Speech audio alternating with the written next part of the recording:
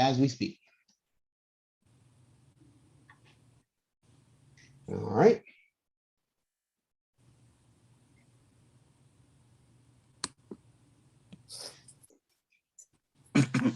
All right.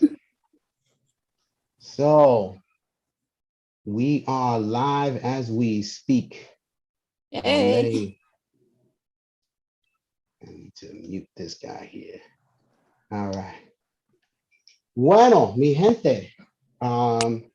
It is good to see you all. It is good to see our friends from several different coasts and several different areas of the country. It is good to see our friend Martin reporting, and I should say, from the mighty citadel of Shelburne Falls, Massachusetts.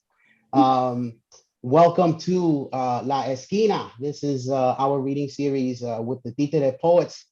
The Títere Poets Collective is a collective of poets here in New York City, which basically is dedicated to turning certain narratives on their ear about Latinidad and Latino experience, particularly that of manhood and masculinity. And we do that through a series of different artistic ventures. The primary of which is through our poetry and through our performance. And this is one way in which we promote that. And this evening, we're very honored to host the distinguished poet Martin Espada, who is not just a distinguished poet. And this week we learned now a winner of the National Book Award and the winner simultaneously of the Letras Boricuas Fellowship, the inaugural cohort of the Letras Boricuas Fellowship. But he's also a mentor of ours and of many poets across the country, really, and particularly of Latino poets, and a personal friend of ours as well.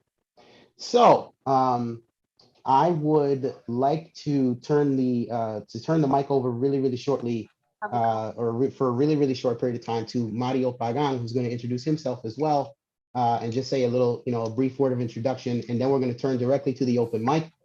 We have a lot of friends and family that are trying to, get on and are, logging in from various parts of the country. We want to make sure we have room for everybody. All right. So Mario, if you would. Mi gente, saludo primeramente y buenas noches. I'm doing double duty back here. I'm trying to make sure that this comes out perfectly.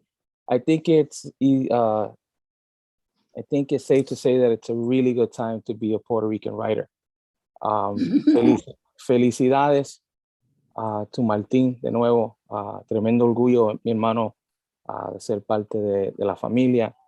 And also to the other brothers and sisters who received the honor of the Palabras Boricuas, shout out to them. I wanted to open up really briefly and bring our ancestors into the room, and our mentors who are not with us, are no longer with us. And I would like just to read a small poem, and it's fitting for the space. Keith Roach passed away November 8th, 2017. And the one thing he told me when I was growing up in the poetry scene was to just do the work. Martin, you have absolutely done that, sir, and we honor you tonight. So I would like to read a poem, and excuse me, I'll try to control my emotions. Keith Roach, Rice Wine. In a quiet little room full of keepsakes is a bottle of rice wine. It is saved for some certain guests who will laugh at the common foibles as quickly as they will forget sitting around a kitchen table that wobbles just enough to keep elbows off and manners intact, stories and quick sayings batted back and forth. Even as the wine and winemaker are praised, the sweetness loosens the laughter and beckons another for the road. Life is of the wondrous and silly haunting desire and memory. We sit at this table and the world spins a bit faster, changing skies as often as the stories change to engage non-participants who are still amazed at this wine that is homemade and saved for the friends who want the adventure as well as the remembering, calling the ghosts of other acquaintances who would have enjoyed the wine and the tale of its becoming, and how it was that this sweet drink happened just for this occasion.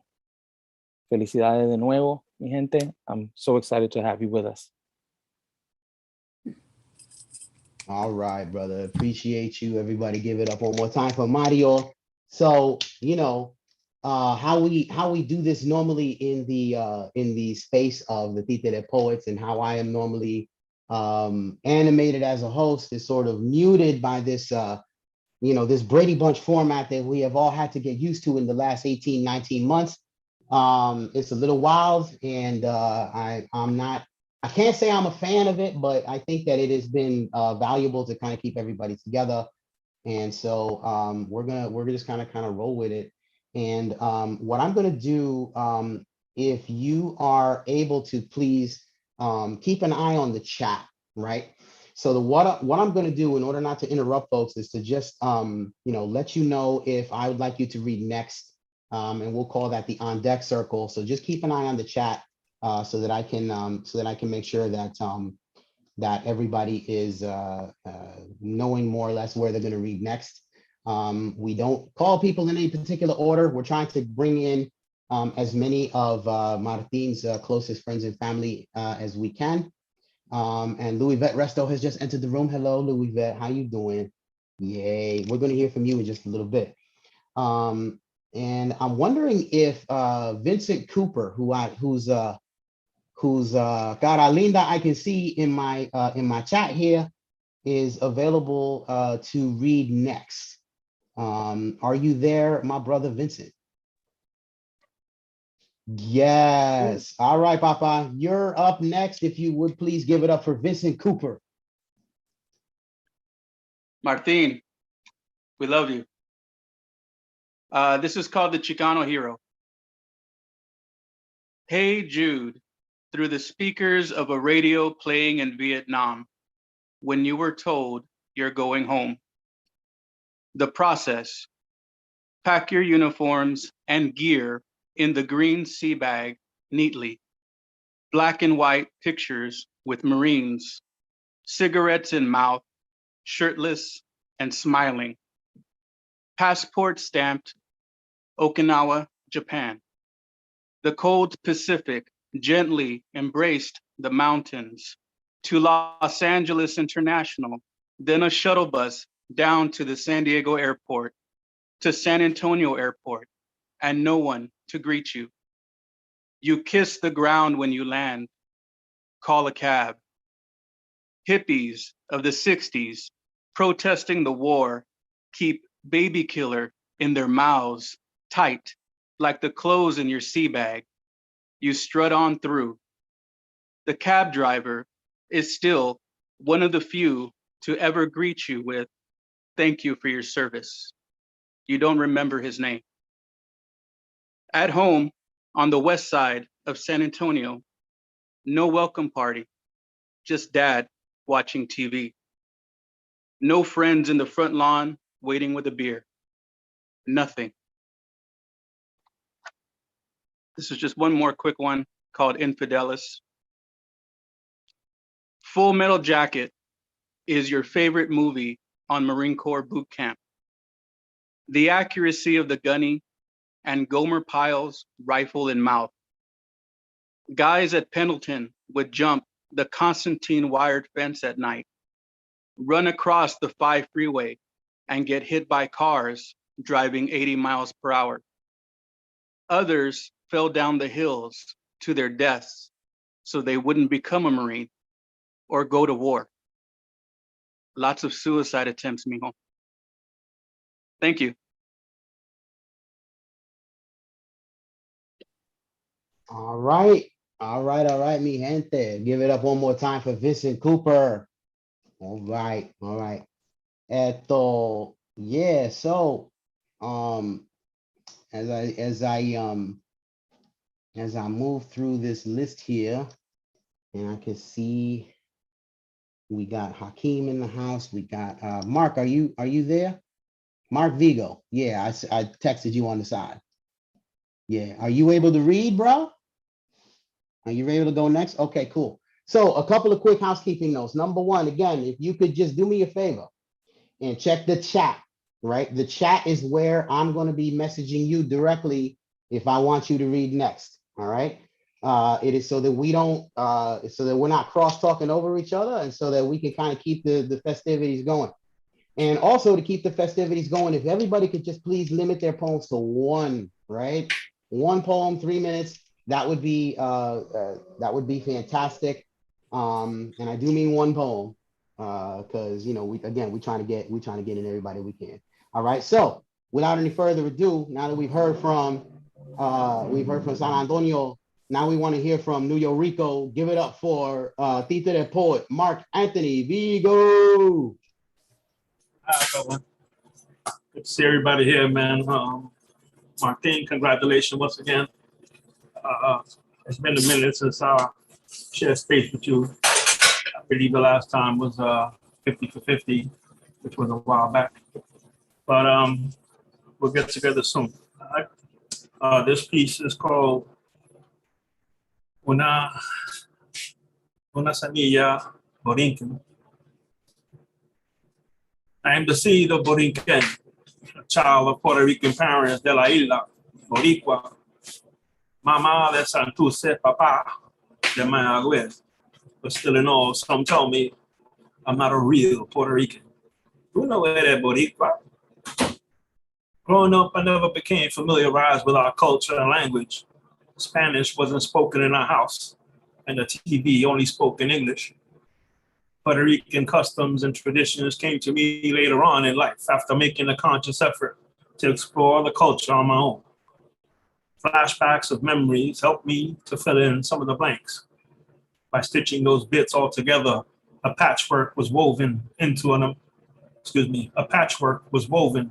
my amalgam. I blindly embraced all those shiny facets, which actually turned out to be shards, still embedded in me. Growing up Rican was not easy. I never thought of myself as being different or unique because I was Puerto Rican. The whole Puerto Rican identity thing was completely lost on me.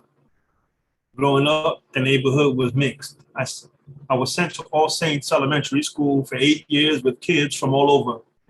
I wasn't exposed to Puerto Rican culture, so I eventually developed my own. It was based on the bits and pieces I gathered from all the diverse cultures I was surrounded by. Everybody's parents were different.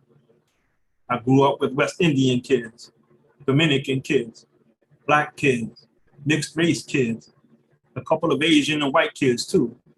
Not to say there were not any Puerto Rican kids around, there were, but we all communicated in English.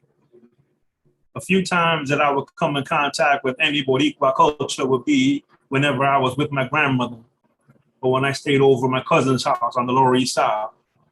You see, my uncle owned a store, Village Liquor, which was the center of the world where everyone's paths would eventually cross. It could be customers or the occasional street entrepreneur plying his wares of the day. Next might be the town crier delivering the latest bochinche. And last but not least, it could be one of the neighborhood's OGs walking in around 6:30 p.m., engaging us all in witty conversation y chiste, hoping to score a hot meal when Titi Minya came down with the food for the rest of us at 7. It was where Al Smith houses meets Knickerbocker Village, where Cherry Street meets Catherine. If shit was going down on the block, you heard it there first. Christmas time was always popping, paranda por todo lado. Business would be booming at the shop, but so would be the party. My uncle Kajin played a mean accordion, and it didn't matter that the tip of one of Theo's index fingers had been amputated. He would still tear that shit up. It was there in the corner of Cherry and Catherine where the sounds of salsa began to move me. My oldest cousin, Chendo, the one that really put me on to it. And it gave Sundays, which was cleaning day back at Mommy's in Brooklyn, a whole new meaning. Tracks like Pedro Navaja, El Gran Guaron, or Ana Cajona will play constantly. And for the first time ever, I had picked up a book and read it on my own without having to be told. That book was a novel called Down These Mean Streets by P.D. Thomas. My perspective, though not yet fully formed, was gradually broadened with the turn of every page. On Cherry and Catherine is where I also began to pick up some Spanish, because my titi Minya made it her business for me to learn some. Up to that point, I spent this spiteful mind bouncing around from place to place, never really having the opportunity to set down any kind of real roots of my own or establish any sense of my true identity. Always having to adapt and conform to new situations and environments, which made it extremely difficult to know who I really was during the most tumultuous period of my life. No one else really knew who I was either or where I was from. They would constantly mistake me for everything else but Puerto Rican. But I am Puerto Rican. There may be thousands who beg to differ with their own set of qualifications, but I'm still Puerto Rican. I am Boricua. The blood of my ancestors courses through my veins como el Rio de Plata. My heart beats to the rhythms of bomba y plena, música tocada con cuá, maraca y varilla, covered in the stretched goat skins, drums passed down from generation to generation. La historia de mi abuela y mi abuelos, from my mother and my father, is a history woven intricately between the beats and those magnificent tribal melodies. Growing up Rican was not easy for me, but as always, as it has always been, and as it always will be, being Puerto Rican is the struggle most beautiful. Thank you. Vaya mi hermano, yes. So give it up one more time for Mark Anthony Vigo. And one of the things that we are so lucky to do here as the Tita de Poets Collective is to have various voices from around the country and to really demonstrate pretty much every single day that we have an open mic like this, the breadth of Latino poetry. This is very reminiscent to me of a time that we had 33 poets on one stage back in 2008.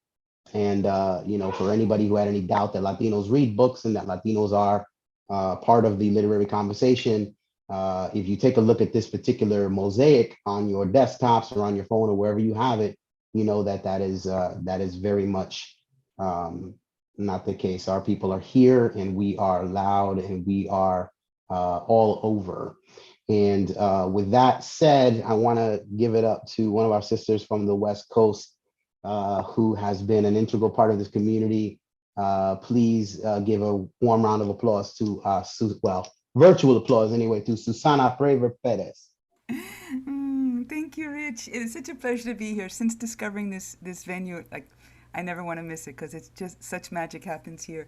Martin, congratulations again. I am just so thrilled for your successes. It's just so beautiful. I'm going to read a poem from my book, Hurricanes, Love Affairs, and Other Disasters. And this particular poem, I actually wrote in a workshop of Martin's. So I thought I would read it tonight. It was a workshop in which you taught us the poem by Nicolas Guillen, my last name. So this is Sancocho. My son has a name a full hand of fingers long. When the DMV made him fan all of his names on a table like a gin rummy flush, he asked, "What were you and Pa thinking?"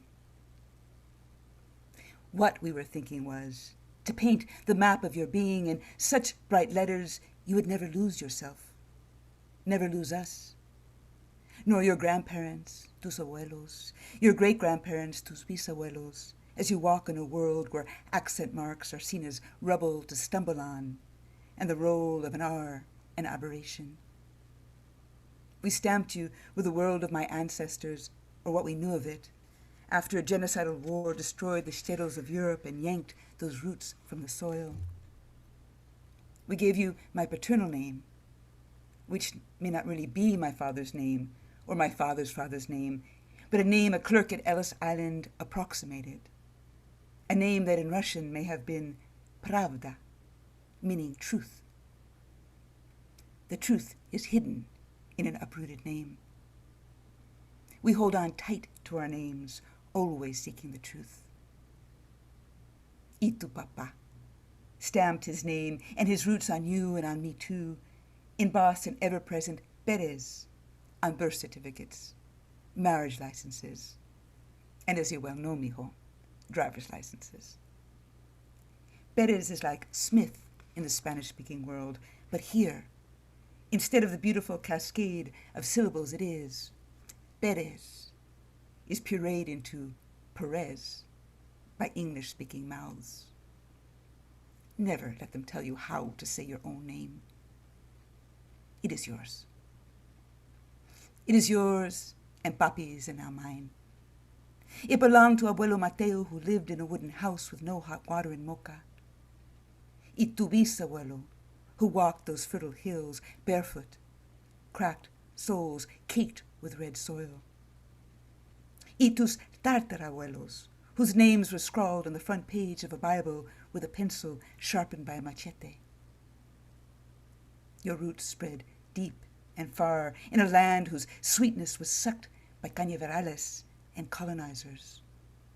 Roots spreading like woody lianas and flowering vines in El Yunque.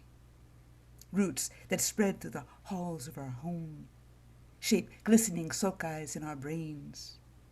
Thickly seasoned braid of blood, beating like bomba drums, strumming like a balalaika, spreading like verbs in our veins. Gracias.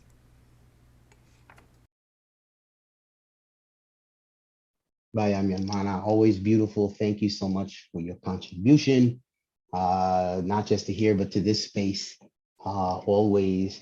And yeah, so much beauty. Thank you.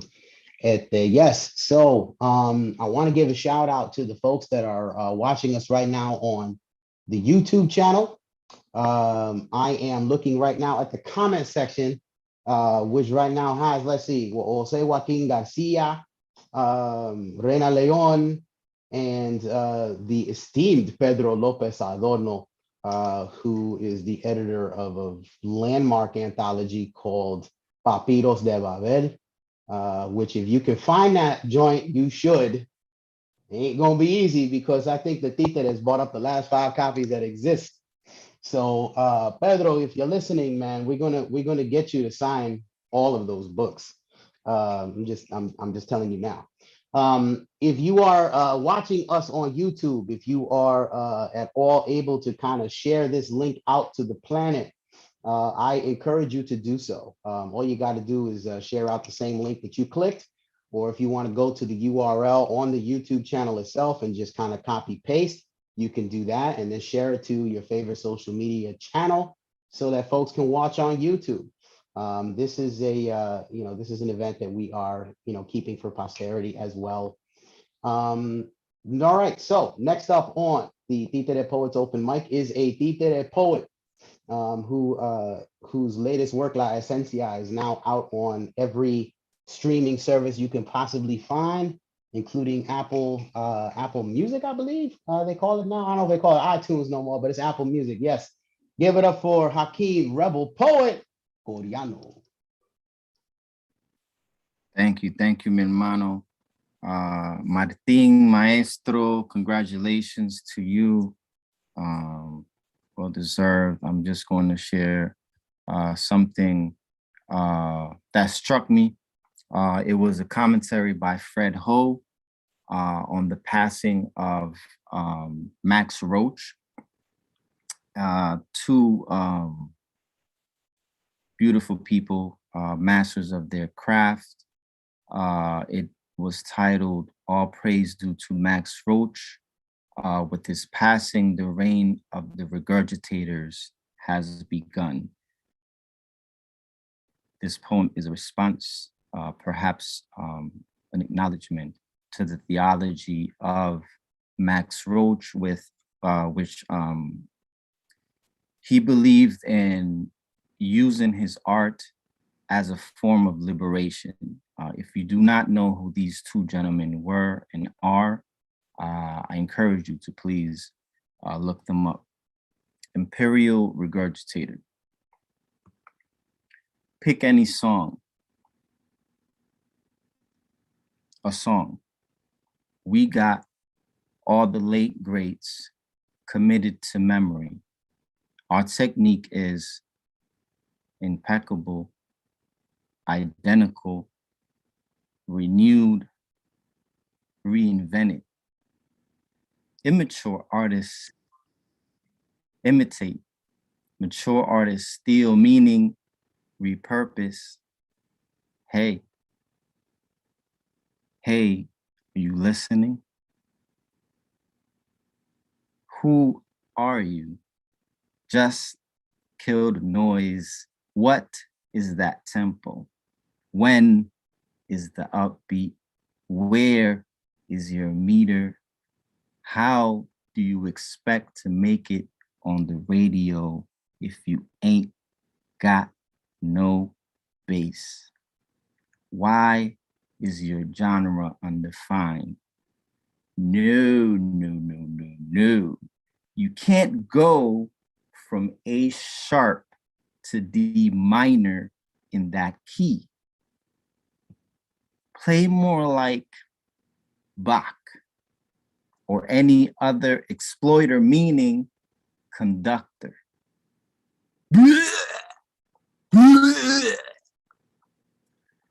Now, fix your mouth. Who I am is Aborigine. What recycled basura your belly be full of? No imagination. When we give rendition, liberated expressions spill to fill distasteful palates. This aesthetic arm full of sabor, with teeth to bite tongues, void of taste buds. How you ain't got no taste, mano? Vomit that repressive aesthetic out your face. Regurgitate, regurgitator. Cultural appropriation, academic classism, colorism, systemic racial division. Art is a way to transform spaces, not to colonize them. Regurgitate, regurgitator. Smell the stench of the dead, infringed, the dying whose ideas never seen the light of day, oppressed, slave to a contract. Hear the unsung voices demanding to be liberated.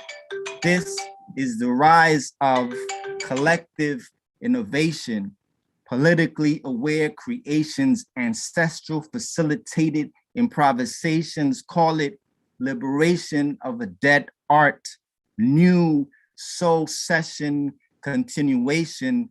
This vessel serving service towards transformation, untamed, unnamed, a reckoning, restless, calling to forget all you have learned. Regurgitator. Much love, mi gente. Peace.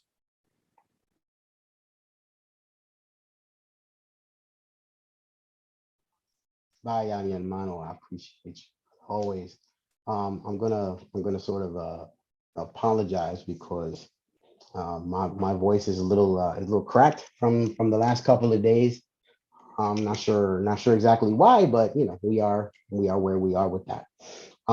So I just sent a direct message to Camilo Perez Bustillo. I'm not sure if he got it, but Camilo, if you are there, would you please unmute and say what's up? Hello. Hermano, gracias, Rich. All right, brother. So I just wanted to kind of shout you out before you started reading, because Camilo Perez Bustillo, in addition to being Martin's longtime collaborator on the translation front, is also an advocate and is also in the tradition of the poet that often gets kind of shunted off to the side, that of the advocate, that of the person who is one who uses language to change things, right? This is a tradition that is not cynical. This is not a tradition that believes that poetry does nothing. This is a tradition that believes that poetry actually does change lives, and that ideas that are put in the world in the fashion that we do it in multiple genres, in multiple languages, all across the world, really can change the planet. And Camilo Perez Bustillo was someone who works in that tradition. And so I just wanted to kind of give you that shout out before you started reading. And now that I've done that, I will say, give it up for Camilo Perez Bustillo. Hermano. You can go ahead now, bro. Muchas gracias todos. Yeah, I'm not prepared to read, but just to express my love, my celebration for Martin, my respect, that he know everything his work has meant to me and to us as a community. By honoring Martin, they're honoring each of us, nuestro pueblo y nuestra lucha. And the rare moments we have to celebrate that together. And Martin gives us that moment today, and Rich and Títere Poets and all of the voices we've heard today. Y que se sepa, Martin has always stood with us. You know, in that struggle at the border, through Witness at the Border, through the other work that I've been engaged with for years, through the International Tribunal of Conscience, through solidarity with people suffering political repression all over Latin America. Martin siempre ha estado con nosotros. Entonces, ese espíritu de lucha, that's what's being honored. Mil gracias, Martin, Rich, todos, todas. Un abrazo bien grande y que viva Puerto Rico libre. Vaya, see, that's what I'm talking about. All right, give it up for Camilo Perez Bustillo one more time, brother. Thank you for coming on with us.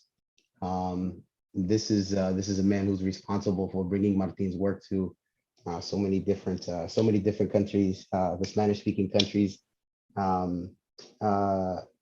Yeah, so thank you again.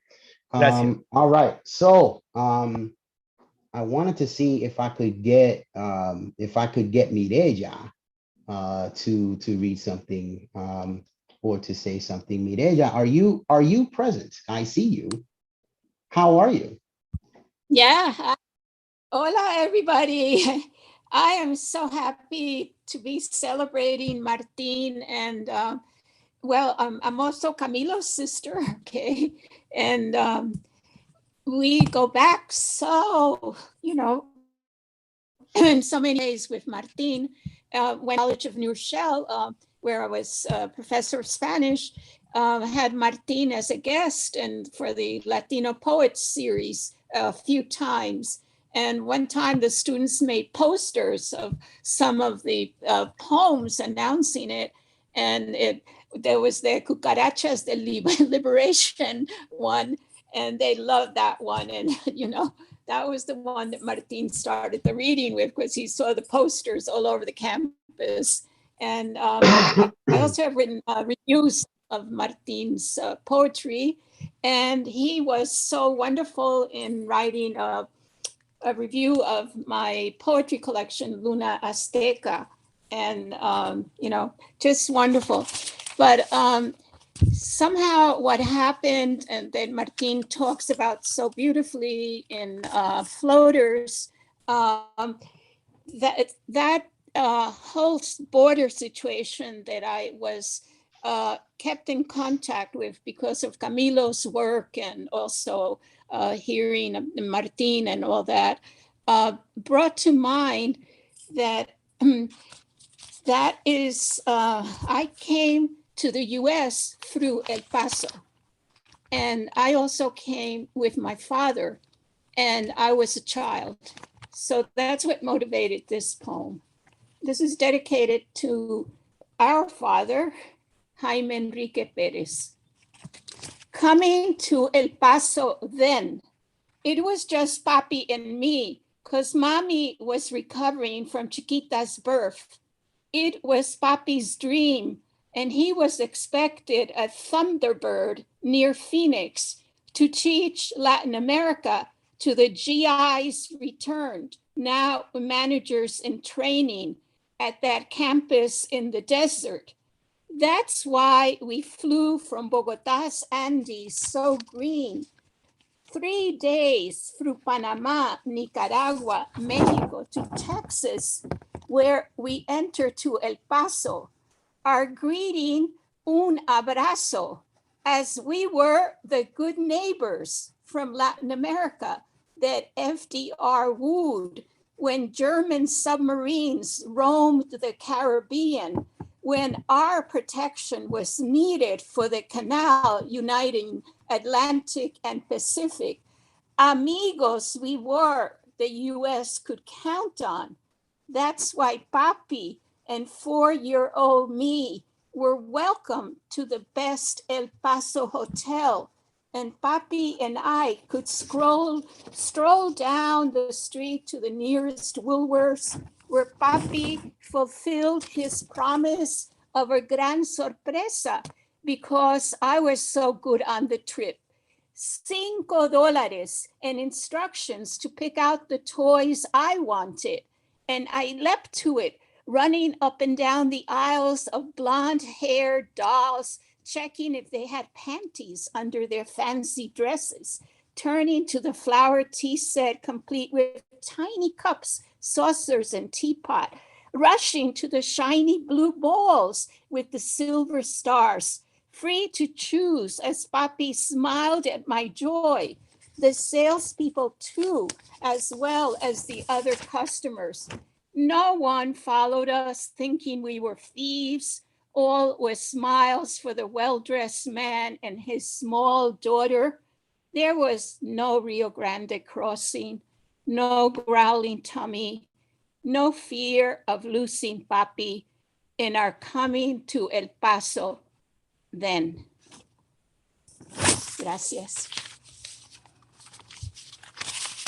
Vaya, Mireya, gracias, mil gracias a ti. Thank you for coming and thank you for honoring our friend. Right, so I'm going to try to unpin this guy here. Back to the gallery view. All right. One of the things that we try to deal with here is, the different views that end up on YouTube. You got the gallery view, you got the single view, you got all these views, and as a host, I'm used to wrangling poets in a bar, trying to get them to move around, pool tables and such.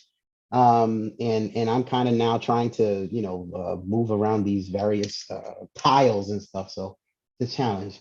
Pero anyway, thank you, Mireya. Coming up next to the open mic is one of our regulars to the La Esquina series. Give it up, please, for Mr. Thomas Cooper. Vaya. What's going on, mi gente? ¿Cómo va? ¿Todo bien? So, here we go. I often yearn to live in one of those disconnected homes. Neighborhoods not built for us.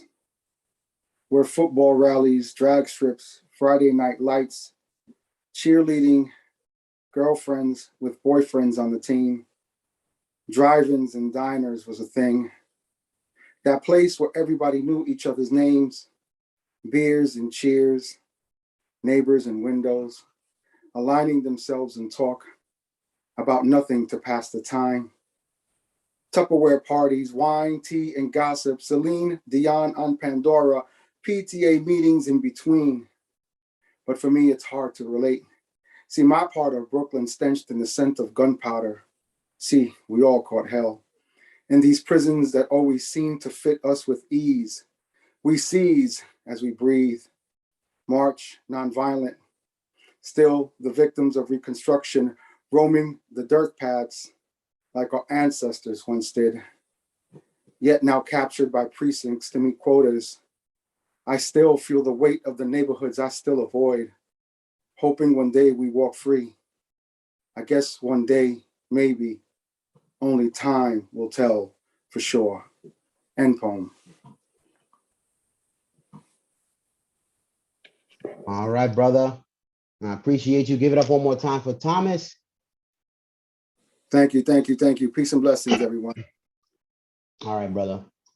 So next up on the open mic I would like you to put your hands together for one of the most vital voices of the New Yorican movement, going back to the heady days of like Eddie Figueroa, and this brother is just steeped in every jazz canon there is. I have an immense respect for him and for his historical capacity. Every time I see him, he's got a new lesson for me, and that's a blessing. Give it up for Mr. Americo Casiano Jr.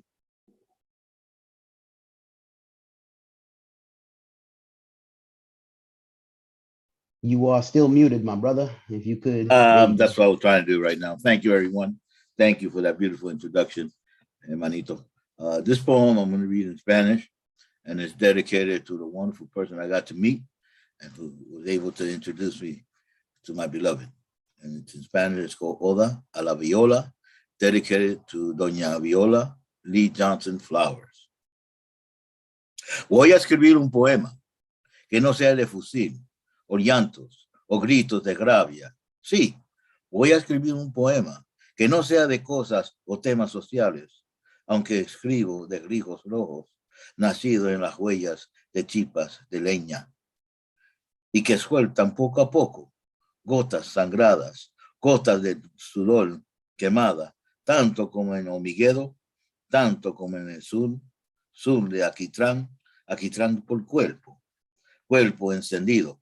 Pero no voy a escribir ese poema, sino escribo de sonrisa de marfil y cuerpo de canela, encajonado en tu alma de hija de tu ser de pecas negroides, pecas manchadas en la curvatura del lomo de hija santa, hija bíblica.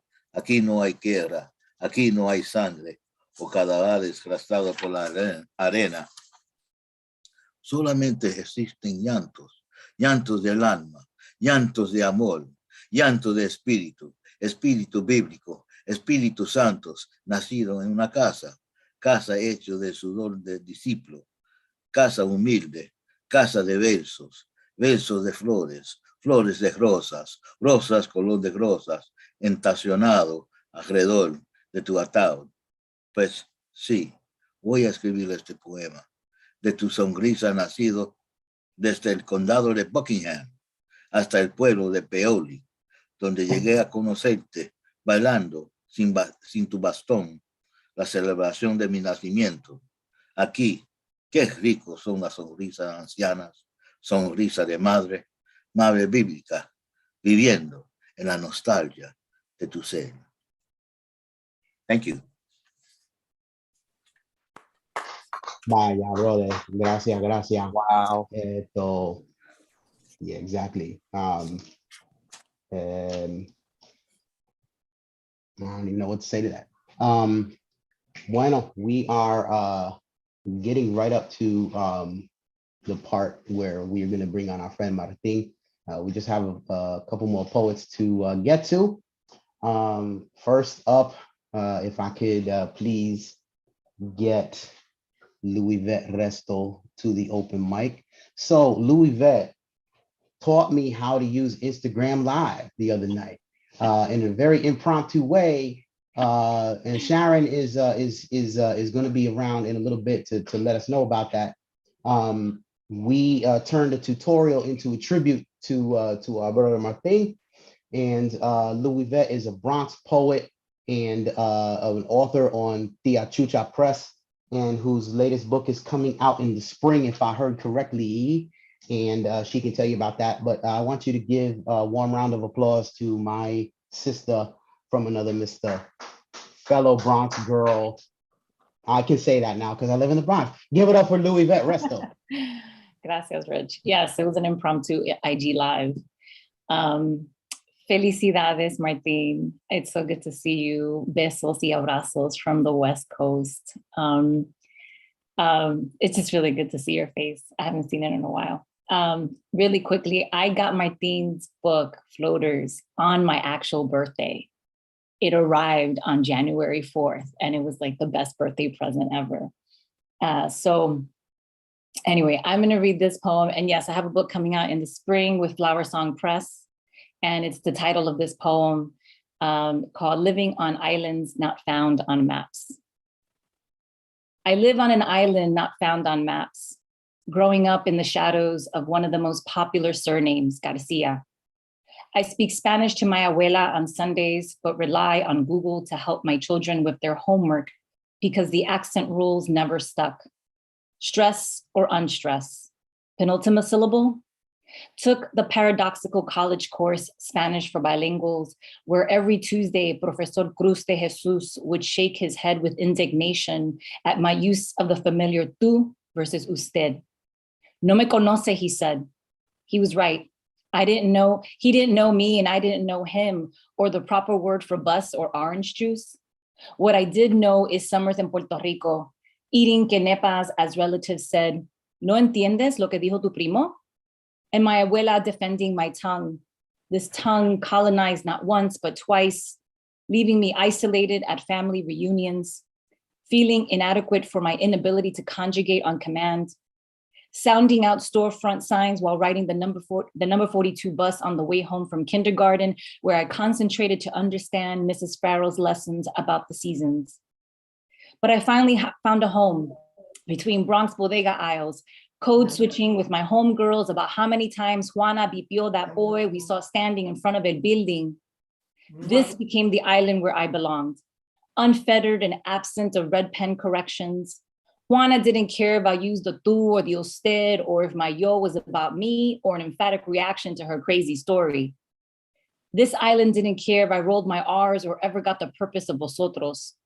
An island where our bodies translated feelings, pursed lips, a raised brow, an aggressive eye or neck roll. We were bilingual neologists, inventing new lands we could carry in our Timbs and bubble coats. Here, language like us wasn't disappointing or broken. That's my sister. Give it up for Louis Resto one more time, y'all. Man, we're coming out to the West Coast to see you. I don't care if we have to get in the most busted out van we can find. We are going to get down to Los Angeles from the Bay. You already know. Mario, are you ready to rock? June. We're out there. You already know. Get the cot ready or the floor, whatever's clever. Una sábana y una almohada. That's all I need. Una sábana y una almohada. That's it. That's all I need. All right. So I would like to call up to the virtual open mic another friend of Martin's who is going to say a couple of words. Maribel Pintado Espie, please, the floor is yours.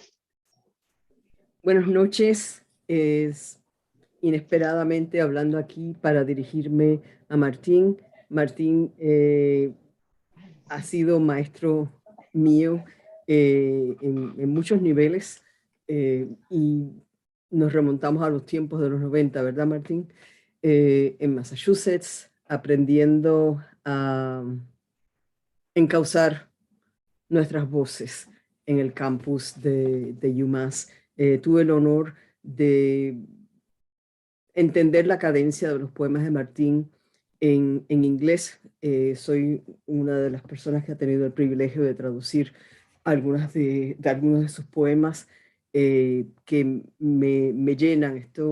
Esta noche ha sido una coincidencia. Anoche leía, las otras noches compartía mi traducción de Coca-Cola y Coco Frío, que sigue siendo una de las cosas favoritas de mi existencia. Así es que nada más estoy aquí para felicitarte, Martín, y decirte que estoy abrumada de orgullo por ti.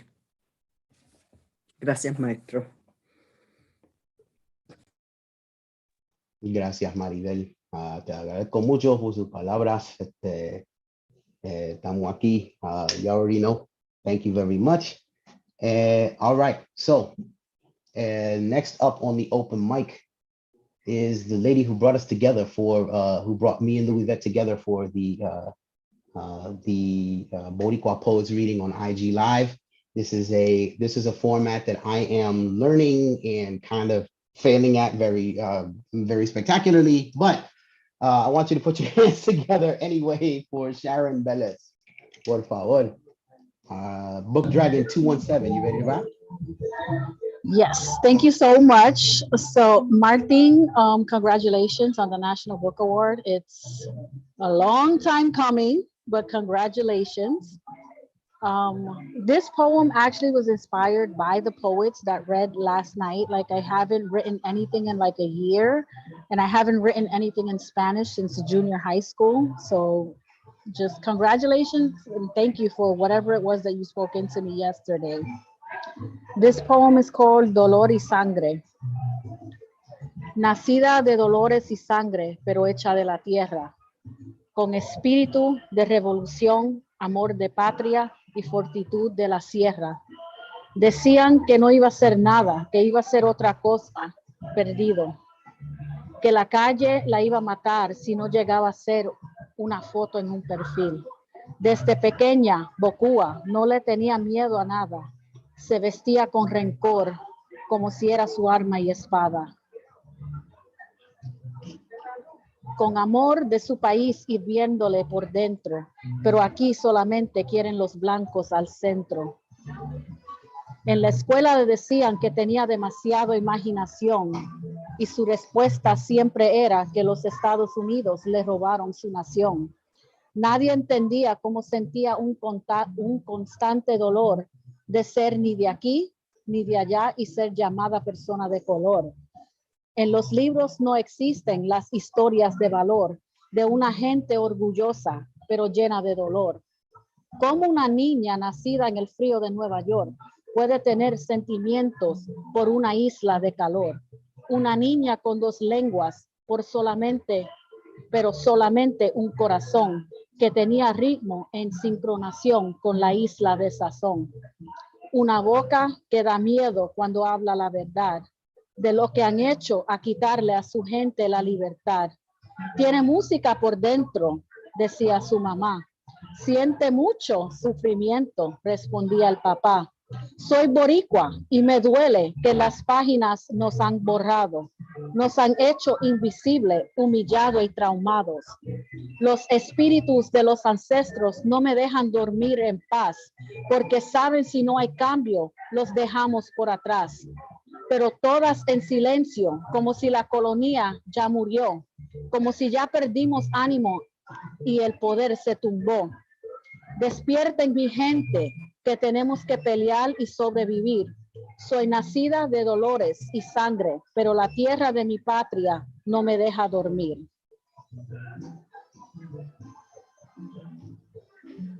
All right. Vaya Sharon, Book Dragon 217. I'm gonna call you by your Instagram handle because why not? Everyone give it up for Sharon one more time. We have two more poets to get through, and I want you all to put your hands together for a gentleman whose debut collection, Receta, is coming out in early 2022. This brother is my brother, and I mean that. And his collection is going to turn some heads. I'm telling you right now. Give it up for Mario Jose Pagan Morales. Mario, tú eres mío. Yo soy de todo el mundo, evenly out. I want to make, okay, I'm on. Sharon, thank you for that. That was great. And so I want to follow in the same spirit as Sharon, who was inspired to write a piece. So I think it's important that we bounce off each other and that we find inspiration in each other and we write about each other and that we take moments to have conversations. So this poem was inspired by a conversation that Martin Espada had with the Títere Poets last time we got together. And unfortunately, I wasn't able to make it. But Martin spoke about catching history and remembering history and how do we retell history. I think Rebel Poet was there and he related this information to me. So I was sitting down and I was trying to figure out, okay, how do I write poetry about events in Puerto Rico? And my idea was to either tell the day before which I have a poem about Palm Sunday the day before. And then I have a poem about La Barberia Boricua that was attacked on October 31st, 1950. And I sat down with it and I wanted to write about what if the apprentice was telling the story about the day after and he was picking up. So this is called the Textbook of Practical and Scientific Barbering, 351 Calle Colton, Esquina Barbosa. En una barbería solitaria, I mourn faded voices. 4 Kogan barber chairs, Peter electric clippers, Campbell Lather King machine. A half-empty bottle of Roncaña grieving, a church of forgotten people, this endless pain, una isla not big enough for the world to notice. Here, we took communion, heard sermons by men who would die for patria, who preached Bolívar y Martí. Mass was held around the clock. Don Pedro offered the Eucharist, heard confessions. Young men pochinchaban about women, horses, y béisbol. Amen. Shoeshine altar boys made zapatos, abalone mirrors. La Barbería was a theater, a melodramatic tragedy, broadcast medium for island news, Radio Bemba, El Imparcial, Aguardiente, moderated, Los Viejos, screaming matches about política, y 425 años of conquistadors who we haven't drowned just yet.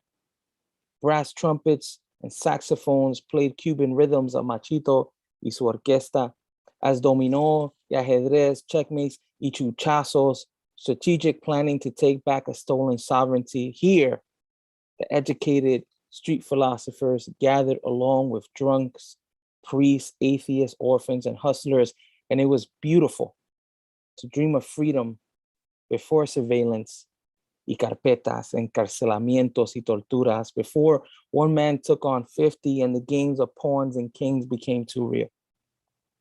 And I can still hear them, their laughter, su esperanza, filled me con el coraje y valentía. Ahora everything Andrés said made sense, que el deber de todo boricua es defender su patria. And that was then. And now I stand here surrounded by broken glass, shattered wood, Vidal's blood. All I have is a broom, Santa Bárbara, a rosario, his legacy, and a bullet-written Bible. Muchas gracias. Vaya, Mario. Listen, that book is coming. Y'all better get with it. Y'all better buy it. It's coming. When is it coming, Mario? Is it in January or February? Do we know yet? Early 2022. Early 2022. So there you go. And the book is called Receta, which is appropriate considering that my mother's sofrito is sitting in your refrigerator as we speak. Yes, our mother is sofrito. Right, okay, fine. Our mother is whatever. Bueno. So we are right at 8:15, and I am going to read a poem right before I introduce Martin. And I want to say, first of all, to you, Sir Martin, it's almost been 20 years since we've been introduced to each other as friends, as mentor-mentee. And I will try my best, not to get too emotional, because that's not always my style, but I'll say this much. I have learned so much about my own history and about poetry and about what it is to be in this world as an artist. And I'm really honored by that friendship and by that mentorship. And I really hope that as you listen to these poems, as Reina said on the chat, and I don't want to get her wrong, she said, one of the things I love about watching Zoom events is being able to watch the faces of the poets I love as they receive a poem. And she said that Martin's poem has been a joyful blossoming over and over again, talking about your work. And I think hopefully as you've been receiving these poems as well. And I wrote a poem many years ago that I'm sure you have heard, and it was called Noche Buena. It was called Noche Buena then, and it was a very different poem. But in watching how you honor those of us who are no longer here, those of us who are deserving of tribute, our families, specifically your dad, and you know about the losses in my life. I have taken so much from that and from your example that I went back and re-edited an old poem into an elegy because I realized that so much of why I wrote the way I wrote had to do less with tribute than it did with my own shame. And I realized that that's not the reason to write a poem. It is to celebrate, it is to raise up. As much as it is to mourn, it is also to elevate someone to the status that they deserve. And my brother was nothing if not a musician at heart, a creator at heart. And this is for him. This is a poem called Noche Buena. And here we go. All the music is in your hands. All the music is in your hands. All the music is in your hands. All the music is in your hands, improvised, dried gourd, bata drum our father stretched into existence. All the music is in your hands, dried gourd, grooved and scratched, cracked and improvised, Guido. All the music is in your hands, improvised rhythms, scratched across a dried gourd, sacred ceremony, white skirt set to fly, red and white thunder, an Afro pick, black fist scratching, revolutionary insistencia inside the house on Buffalo Avenue. All the music is in your hands, insistence scratched, El Guido, Afro picks, jibaros, cold northern city, pickle jars for congas, your clubbed fingers, snowdrifts, piled by the door. Papi said never answer the bell when he's not home. On this night, there is no city, only dress shoes and pasteles, kitchen steam frosting the windows. We write our names there. All the music is in your hands. El Jibarito de Lares on 33, record scratched and no one knew differently. We found you asleep on the bathroom tile, black fist pounding its way out of your skull.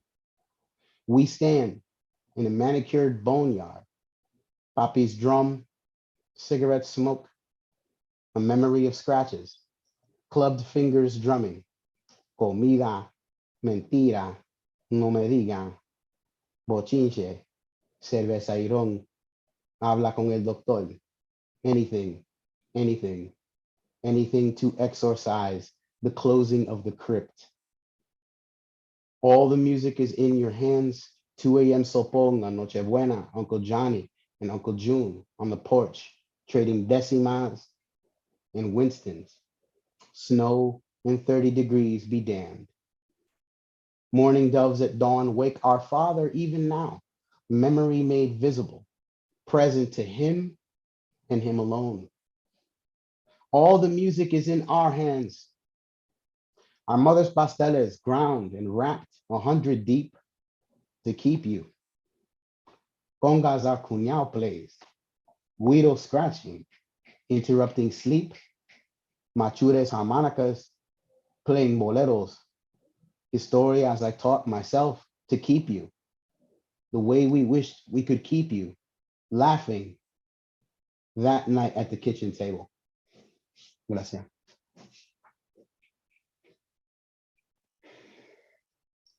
Bueno.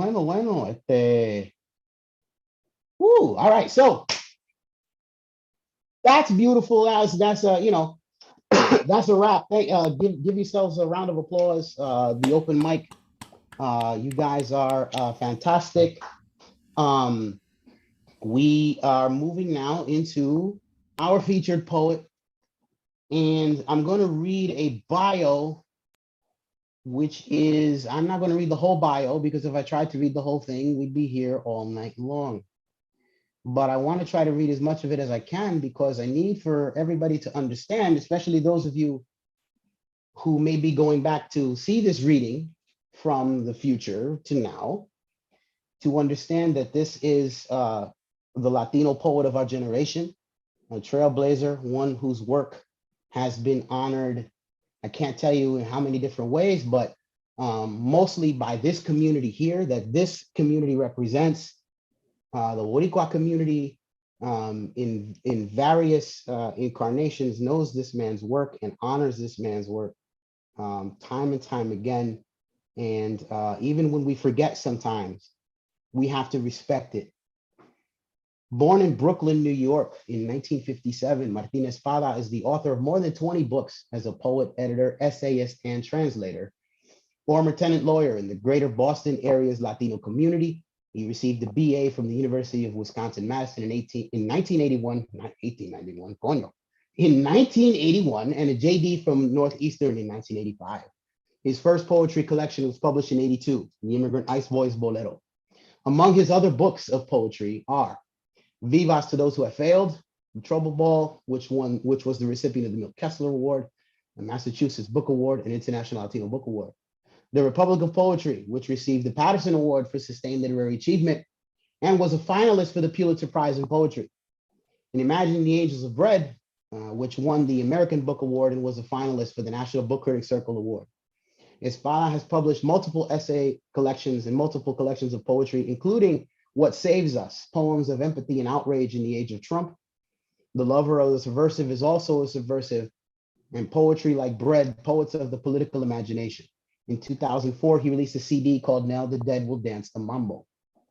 About Espada's work, the poet Gary Soto has said, Martín Espada has chosen the larger task to go outside the self-absorbed terrain of most contemporary poets into a landscape where others, bus drivers, revolutionaries, the executed of El Salvador, sit, walk, or lie dead without heads. There's no rest here. We're jostled awake by the starkness of these moments, but occasionally roll from Espada's political humor.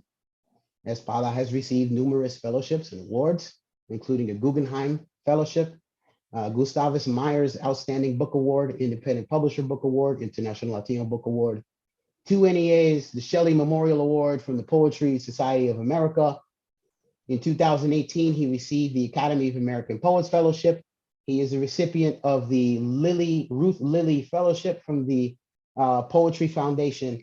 And most recently, he is the recipient of a fellowship from Letras Boricuas, which is a once-in-a-lifetime fellowship of Boricuas, recognizing Boricuas in a way that is on par with the fellowships you just heard. And now just recently is the recipient of the 2021 National Book Award in Poetry.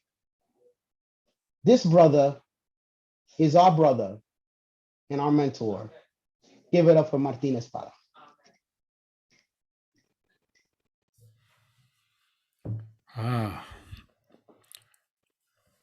Buenas noches. Bienvenidos. Muchas gracias, Títere Poets. Y especialmente Rich Villal. Un aplauso. Rich Villal. I want to thank Rich personally. He is he is a force. You know that.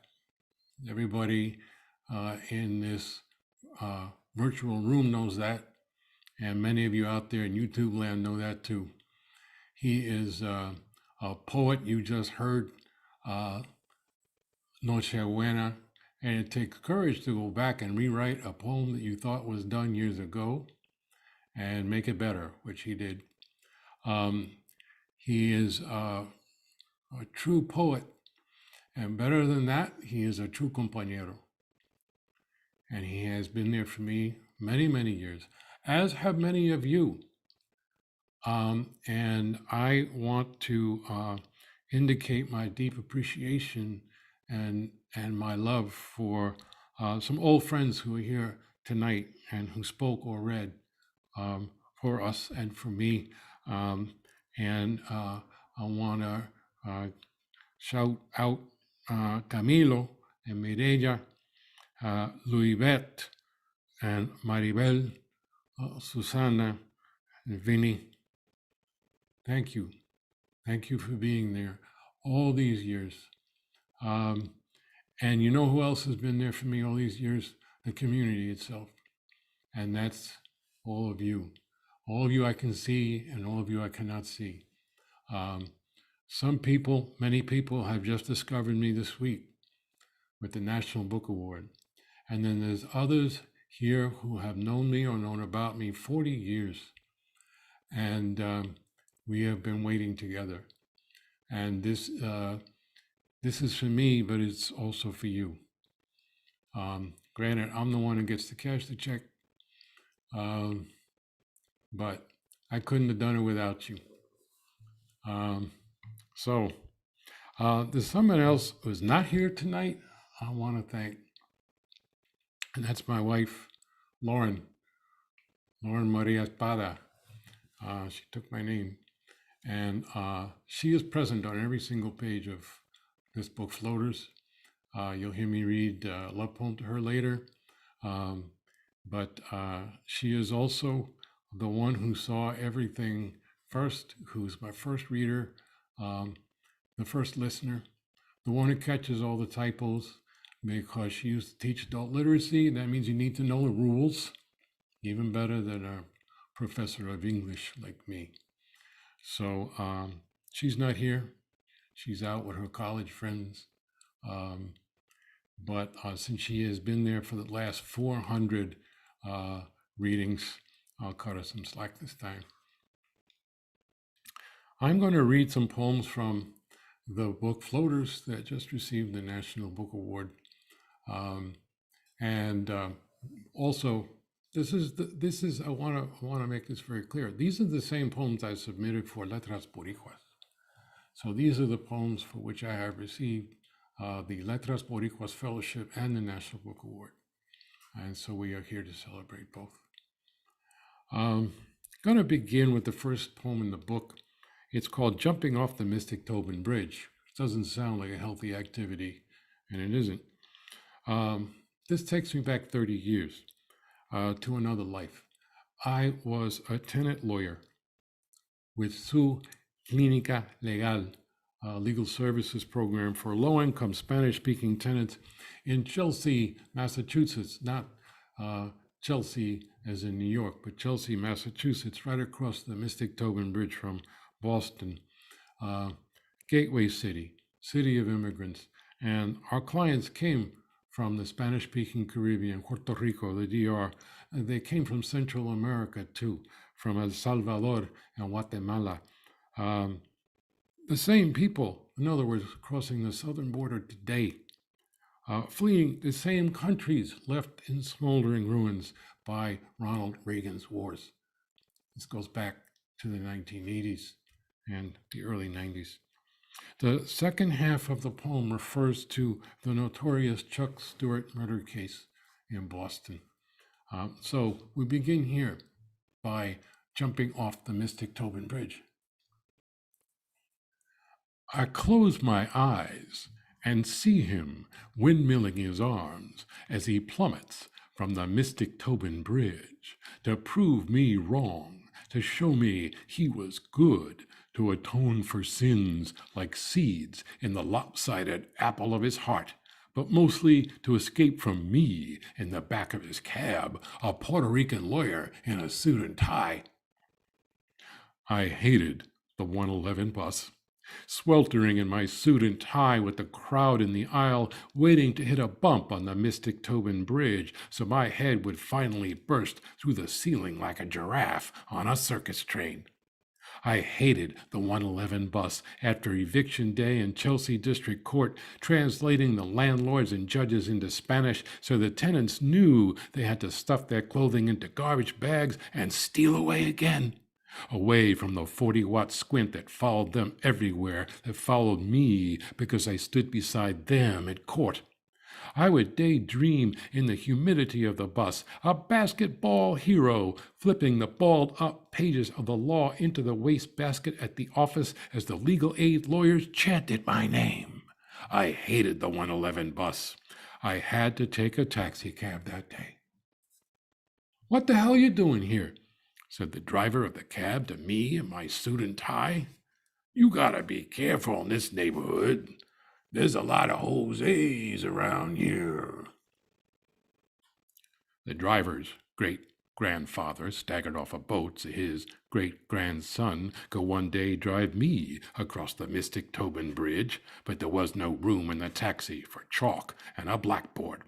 He could hear the sawing of my breath as I leaned into his ear past the bulletproof barricade, somehow missing, and said, "I'm Jose." I could see the 40-watt squint in his rearview mirror. "I'm Puerto Rican," I said.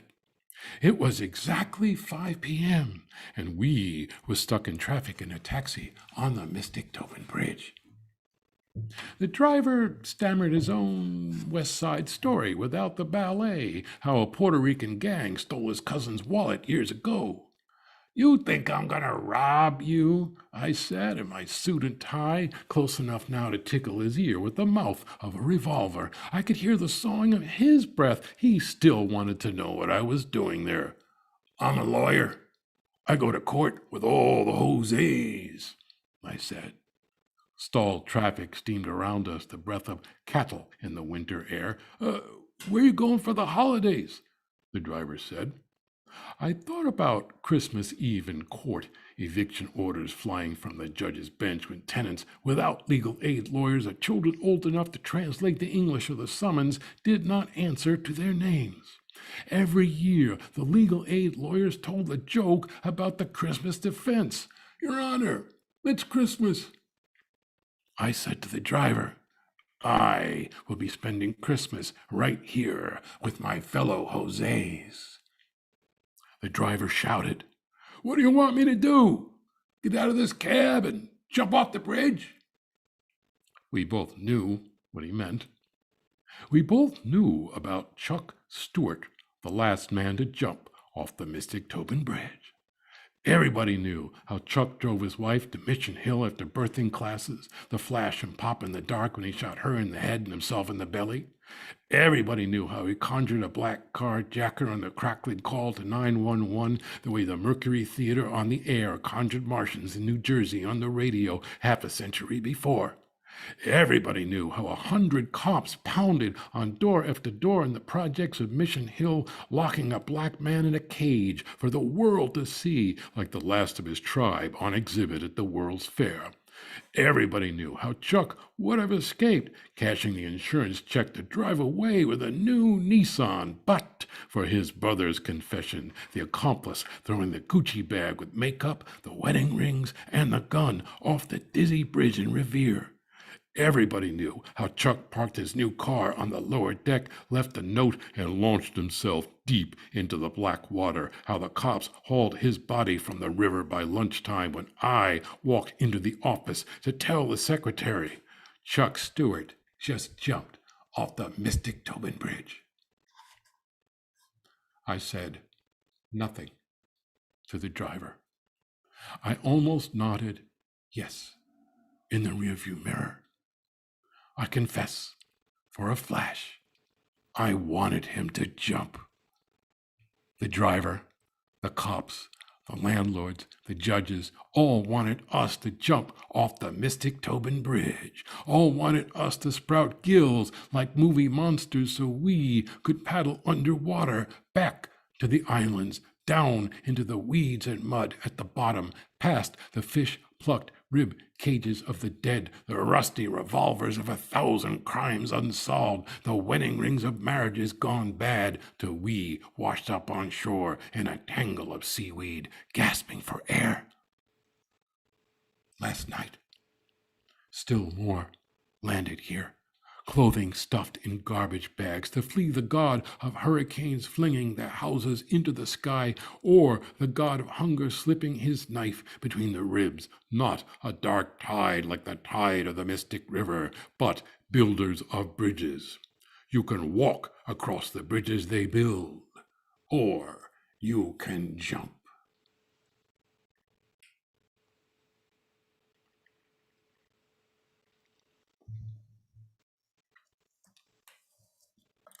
Gracias.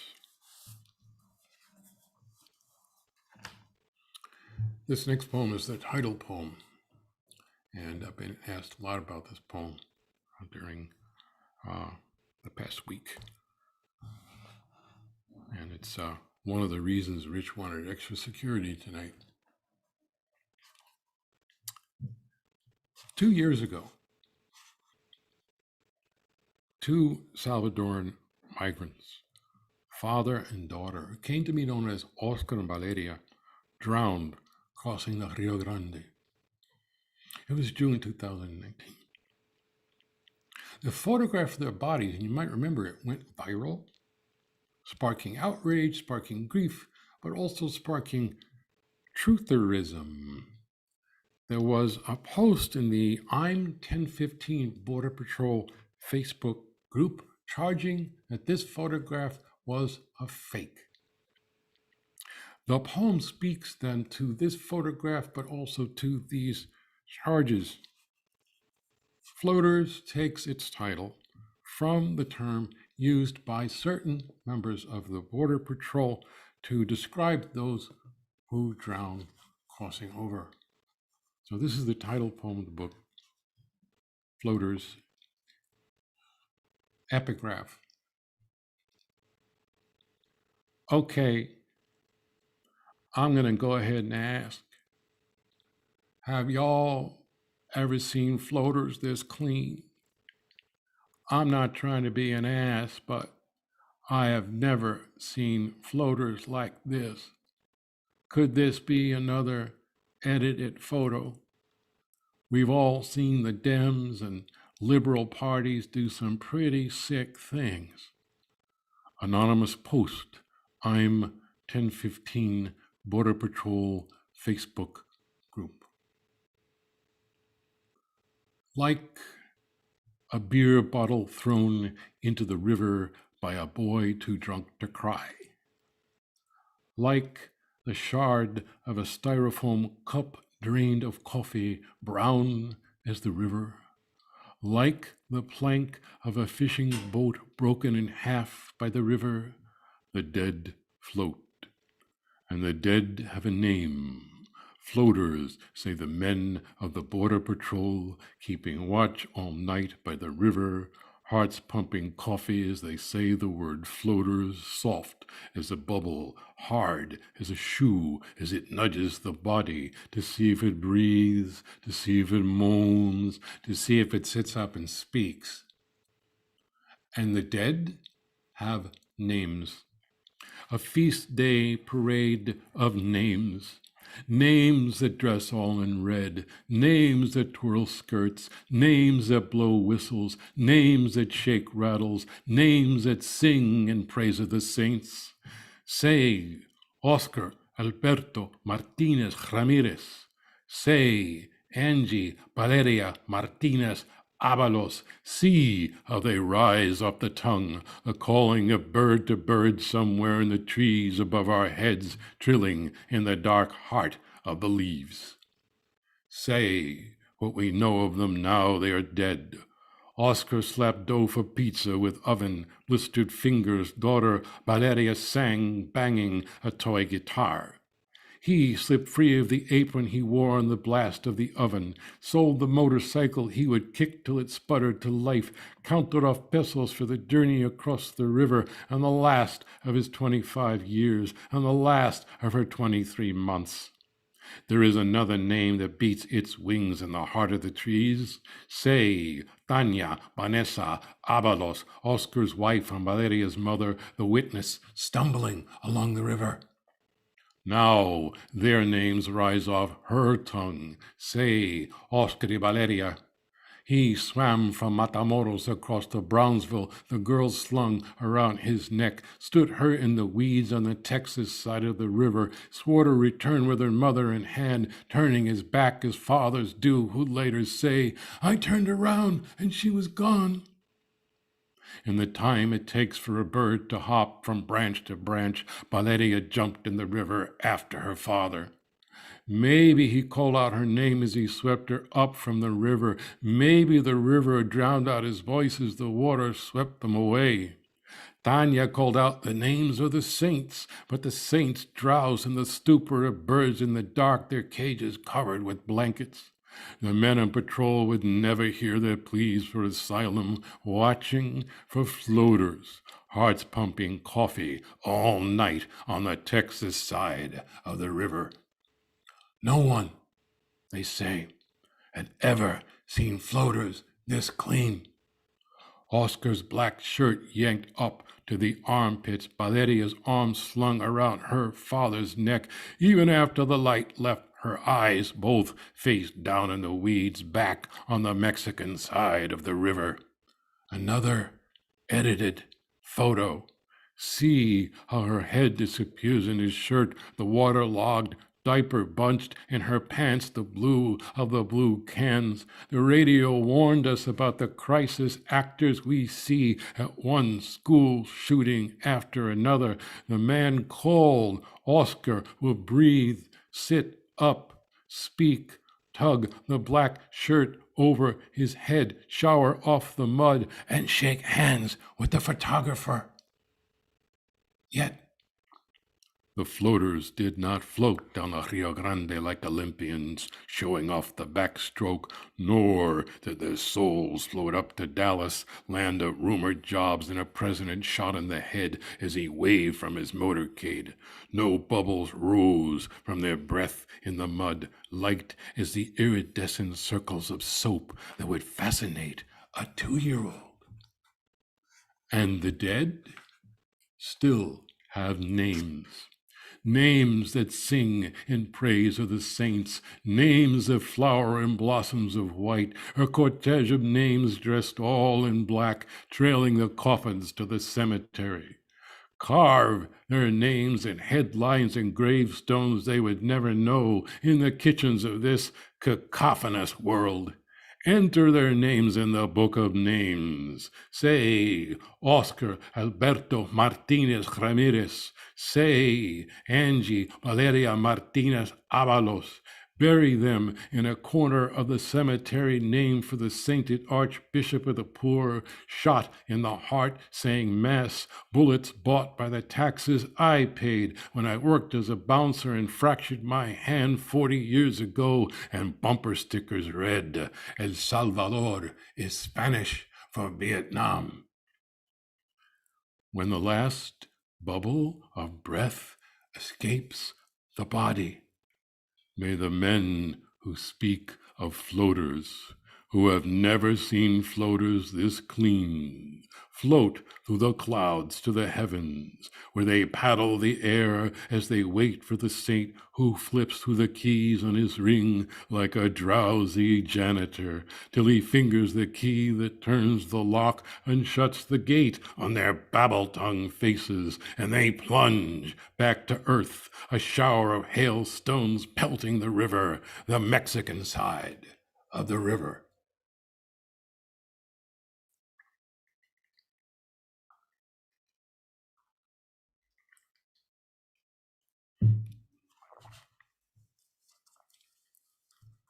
Well, I believe, and you've heard it demonstrated tonight, that times of hate call for poems of love. My wife, Lauren, who I mentioned earlier, is a poet with 4 books to her credit, a novelist, and a committed teacher. She taught for many years in so-called urban ed, including Springfield, Massachusetts. She would leave in the dark and come home in the dark. And that sets the stage for the next poem. An aubade is a French verse form, has to do with the parting of lovers at dawn. And boy, did we. So this is called Aubade with Concussion, Epigraph. Poverty is black ice. Naomi Ayala. You leave me sleeping in the dark. You kiss me, and I stir, fingers in your hair, eyes open, unseeing. You leave me asleep every morning, commuting to the school in the city at sunrise. The landlord's driveway, a muddy creek, ices over hard after the freezing rain clatters all night. Your feet fly up, your head slamming the ground, an eclipse of the sun flooding your eyes. You sleep under the car. No one knows how long you sleep. You awake with 100 ice picks stabbing your eardrums. You awake, coat and hair soaked, and somehow drive to school. You remember to turn left at the Smith & Wesson factory. The other teachers lead you by the elbow to Mercy Hospital, where you pause when the nurse asks your name, where you claim your pain level is a 4, and they slide you into the white coffin of an MRI machine. You hold your breath. They film your brain. Concussion. The word we use for the boxer plunging face first to the canvas after the uppercut blindsided him, not the teacher commuting to school at sunrise in a Subaru Crosstrek. Yet you would drive, ears hammering as they hammer in the purgatory of the MRI. A week before, Isabella came to you in the classroom and said, "Miss, I cannot sleep. 3 days. I cannot sleep." Her boyfriend called at 2 a.m. and she did not pick up. At 3 a.m., a single shot to the head put him to sleep, and he will sleep forever. His body hidden beneath a car in a parking lot on Maple Street. The cops, the television cameras, the neighbors all gathering at the yellow tape carnival of his corpse. You said to Isabella, "Take this journal, write it down. You don't have to show me. You don't have to show anyone." On the cover of the journal you bought at the drugstore was the word dream. Isabella sat there in your classroom at your desk, pencil waving in furious circles. By lunchtime, as her friends slapped each other, Isabella slept, head on the desk, face pressed against the pages of the journal. This is why I watch you sleep at 3 a.m. when the sleeping pills fail to quell the strike meeting in my brain. This is why I say to you when you kiss me in my sleep, "Don't go. Don't go." You have to go.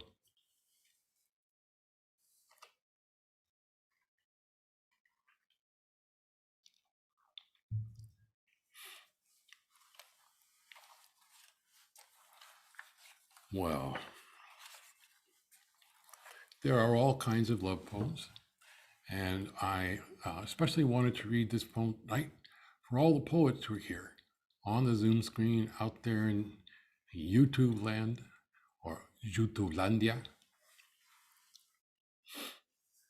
And it's for a man that some of you knew. His name was Jack Agüeros. Yeah. And Jack Agüeros was a New York, Puerto Rican poet, fiction writer, playwright, essayist, translator of Julia de Burgos, community organizer, and the director of El Museo del Barrio in East Harlem. He was also my second father. And so this is a poem for Jack. And some of you will recognize the setting in the poem, Spar 13. The poem itself is called Flan, for Jack Agüeros, 1934 to 2014. I was 8 when the blackout struck and the lights died all across the city like a massacre of fireflies. In the projects of Brooklyn, I steered myself to 14F, fingers spread against the cool tiles of the hallway, past the concrete and chicken wire terrace where I once burnt ants with a magnifying glass. Many years later, at the Chinese restaurant uptown, Jack said, "They got any flan here?" He was my first poet. I had seen the fireflies in his sonnets blink and float away. Fulano, the philosopher in the unemployment line. Blanco, the painter painting in the madhouse. Monterosa, the dealer killed by shotgun in a bar on Avenue A. His mother, the seamstress, and the quick needle of her sewing machine. Jack, the moving man, his hands sliced raw. He stacked his apartment with dictionaries in 3 languages. I knew the raconteur's grin with every tale. Raul Julia is a friend of mine, a Puerto Rican playing Macbeth. He took 14 curtain calls on opening night. Maybe he would tell me now that flan was not Puerto Rican or Mexican or Spanish, but Chinese, invented by a trembling cook to satisfy the palate of an emperor in the Ming dynasty. "No flan, Jack," I said. "This is a Chinese restaurant." 2 minutes later, he said, "They got any flan?" I showed him the dog-eared and fingerprinted menu. "No flan," I said. When the waiter unfurled his pad, Jack said to him, "You got flan?" He sang this song for an hour. The egg roll was not flan. The fried rice was not flan. The fortune cookie was not flan. "Can we get some flan?" he said. "God damn it, Jack," I said. The poets crowded into the bar, striding to the mic. Jack stood with poem in hand, read the title, tilted his head, and said it again. Studied the page as if the words shriveled up like ants burnt under a magnifying glass, then sat down. I witnessed the massacre of fireflies. A few of us clapped, not knowing what to do with our hands, staring at the sonneteer who lost all his quatrains and couplets in the denim jacket he left on the subway, the words of Fulano still waiting on the unemployment line. The faster you spin, the stiller you look. There's something to learn in that. But what?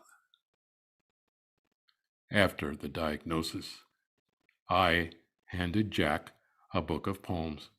He dangled the book upside down like a stiff mouse by the tail, something we would sniff behind the refrigerator. I wanted sonnets. Jack kept singing the chorus of a song. "Get me to the church, get me to the church, get me to the church on time." At the end, I leaned over Jack's bed to read his own poem in his ear. But some words come home after the blackout, fingers crawling on the wall. I know what I should have said at the Chinese restaurant. "Jack, let's get some flan." We should have braved the subway at rush hour, strap hangers rocking all the way to 14th Street and 8th Avenue to La Taza de Oro, gone now like Jack for rice and beans, squid in its own ink. Café con leche y flan, Jack.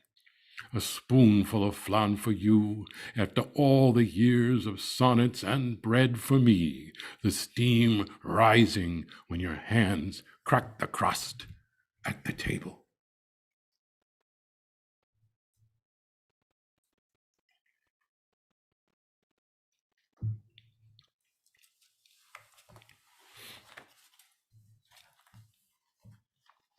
Oh, that's for Jack.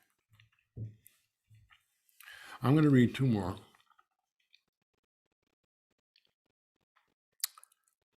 Now more than ever, we need the visionaries. especially the visionaries who go beyond the vision, who roll up their sleeves and get to work. I'm thinking now of Luis Cardenacota. Luis Cardenacota was a dear friend and mentor, a brilliant organizer, Puerto Riqueño y Dominicano. He co-founded El Puente, a multi-service community center in Los Sures, the Williamsburg section of Brooklyn. I was in law school when he took me to an abandoned church to share his dream. And so this poem is called Morir Soñando, to die dreaming. Morir Soñando, for Luis Cardenacota, 1945 to 2019, Brooklyn, New York. I saw the empty cross atop the empty church on South 4th Street, as if Jesus flapped his arms and flew away, spooked by one ambulance siren too many. I saw the stained glass windows I wanted to break with a brick, a mural of St. Mary and the angels hovering innocent as spies over the congregation, and wanted to know why you brought me here, the son of a man punched in the face by a priest for questioning the Trinity, who punched him back. This is El Puente, you said, the bridge. I knew about the Williamsburg Bridge, 8 lanes of traffic and the subway stampeding in the open windows of the barrio all summer. You spread your arms in that abandoned church and saw the spinning of a carousel better than any wooden horses pumping up and down a Coney Island. Here, the ESL classes for the neighbors cursed with swollen tongues in English. There, the clinics on contraception, the pestilence in the veins of the unsuspecting.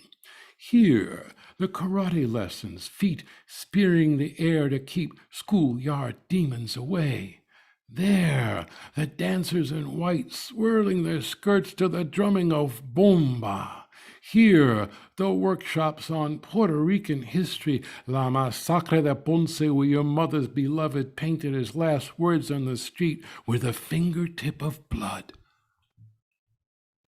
I was a law student, first year, memorizing law school Latin, listening to classical guitar on my boombox as I studied the rules of property.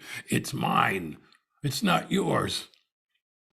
I saw only what could be proven by a preponderance of the evidence. The church abandoned by the church, the cross atop the church abandoned by the Son of God. My belly empty as St. Mary of the angels. I told you I was hungry, and we left. I wanted Chinese food, but you told me about the Chinese takeout down the block where you stood behind a man who shrieked about the price of wonton soup, left and returned with a can of gasoline, splashed it on the floor, and pulled a box of kitchen matches from his pocket. Will you wait till I pick up my egg roll and pork fried rice, you said, with a high school teacher's exasperated authority. So he did. You could talk an arsonist into postponing his inferno till you left with lunch, but you couldn't raise the dead in the ER at Greenpoint Hospital, even in your suit and tie. You couldn't convince the girl called Sugar to rise from the gurney after the gunshot drained the blood from her body. You couldn't persuade the doctor who peeled his gloves and shook his head to bring her back to life, telling him, "Do it again." An arsonist in medical scrubs trying to strike a wet match. You couldn't jumpstart the calliope in her heart so the carousel of horses would rise and fall and rise again. Whenever you saw the gutted church, you would see the sheets of the gurney dipped in red, all the gurneys rolling into the ER with a sacrifice of adolescence. We walked to the luncheonette on Havemeyer Street. A red awning announced, "Morir soñando." "To die dreaming," you said, "from the DR, my father's island." The boy at the counter, who spoke no English, brown as my father, called Martin like me, grinned the way you grinned at El Puente once, St. Mary of the Angels. He squeezed the oranges into a drizzle of juice with evaporated milk, cane sugar, and ice, shook the elixir and poured it till the froth spilled over the lip of the glass. Foam freckled my snout as I raised my hand for another. Intoxicated by Morir Soñando No. 3 and the prophet gently rocking at my table, I had a vision. ESL classes healing the jaws wired shut by English. Clinics full of adolescents studying the secrets of the body unspeakable in the kitchen or the confessional. Karate students landing bare feet on the mat with a thump and grunt in unison.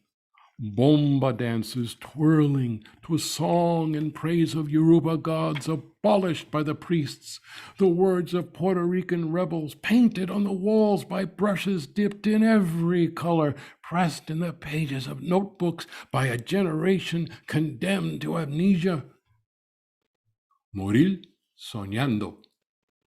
Luis, I know you died dreaming of South 4th Street. The banners that said no to the toxic waste plant down the block, or the Navy bombarding an island of fishermen for target practice thousands of miles away. Morir soñando. I know you died dreaming of gigantes, carnival máscaras bristling with horns that dangled with the angels at El Puente. Morir soñando. I know you died dreaming of the next El Puente. Morir soñando. I know you died dreaming of the hammer's claw, the drill whining to the screw, the dust like snow in a globe, then the shy genius raising her hand in the back of the room. Morir soñando. I know you died dreaming of the poets who stank of weed in the parking lot, then stood before the mic you electrified for them and rubbed their eyes when the faces in their poems gathered there, waiting for the first word, so we could all die dreaming. Morir soñando. Intoxicated by the elixir of the tongue, O rocking prophet at my table.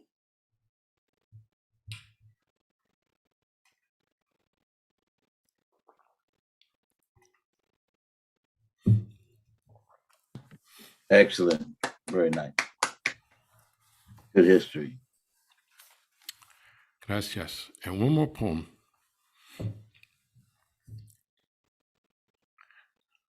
Luis, in turn, was mentored, I should say, by my father, Francisco Espada, Frank Espada. Frank Espada was born in Utuado, Puerto Rico in the year 1930, and he died in Pacifica, California in 2014. He was a migrant. He came to this country in a boat. Now, when Hurricane Maria hit Puerto Rico in the fall of 2017, I saw his hometown of Utuado over and over on television, on the internet, in the headlines of major newspapers. As John Lee Anderson put it in the pages of the New Yorker, Utuado had, quote, become a byword for the island's devastation. And as we now know, approximately 4,000 people died in Puerto Rico. I started talking to my father, who had died 3 years earlier.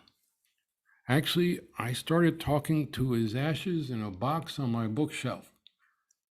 And that was the genesis of the last poem I'll read tonight. And it's a poem I want to leave with all of you, poetas, boricuas, compañeros, compañeras, comunidad. Carta a mi padre, letter to my father, October 2017. You once said, my reward for this life will be 1,000 pounds of dirt shoveled in my face. You were wrong. You are 7 pounds of ashes in a box, a Puerto Rican flag wrapped around you, next to a red brick from the house in Utuado where you were born, all crammed together on my bookshelf. You taught me there is no God, no life after this life, so I know you're not watching me type this letter over my shoulder. When I was a boy, you were God. I watched from the 7th floor of the projects as you walked down into the street to stop a public execution. A big man caught a small man stealing his car, and everyone in Brooklyn heard the car alarm wail of the condemned, "He's killing me!" At a word from you, the executioner's hand slipped from the hair of the thief. The kid was high, was all you said when you came back to us. When I was a boy, and you were God, we flew to Puerto Rico. You said, my grandfather was the mayor of Utuado. His name was Buenaventura. That means good fortune. I believed in your grandfather's name. I heard the tree frogs chanting to each other all night. I saw a banana leaf and elephant palm sprouting from the mountain's belly. I gnawed the mongoose pit, and the sweet yellow hair stuck between my teeth. I said to you, you came from another planet. How'd you do it?